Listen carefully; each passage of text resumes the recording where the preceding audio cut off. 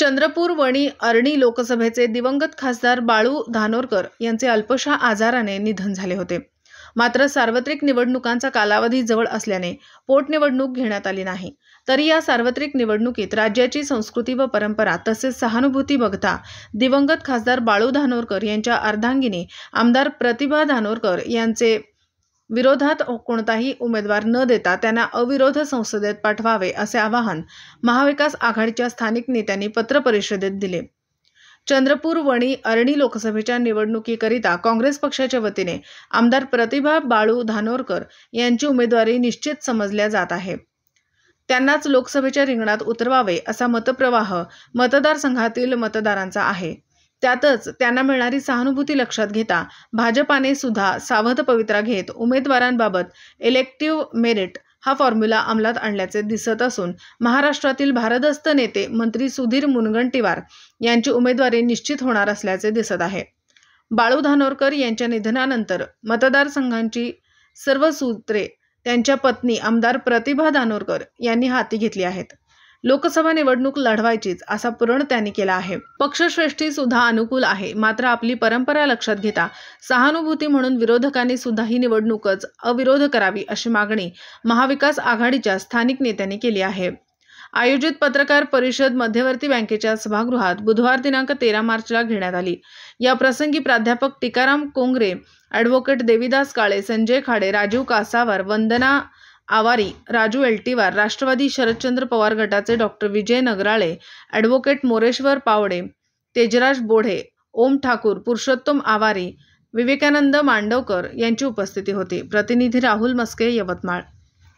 स्वर्गीय बाळूभाऊ धानोरकर यांचं दुःखद निधन झाल्यानंतर सौ प्रतिभा धानोरकर आमदार वडोदरा भद्रावती मतदारसंघ यांचा नैसर्गिक हक्क आहे।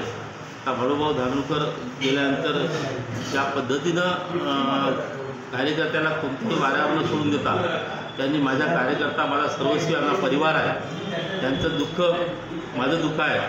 मला माझे पती मरण पावले, परंतु हे दुःख खूप मोठं आहे, हे न विसरणारं दुःख आहे।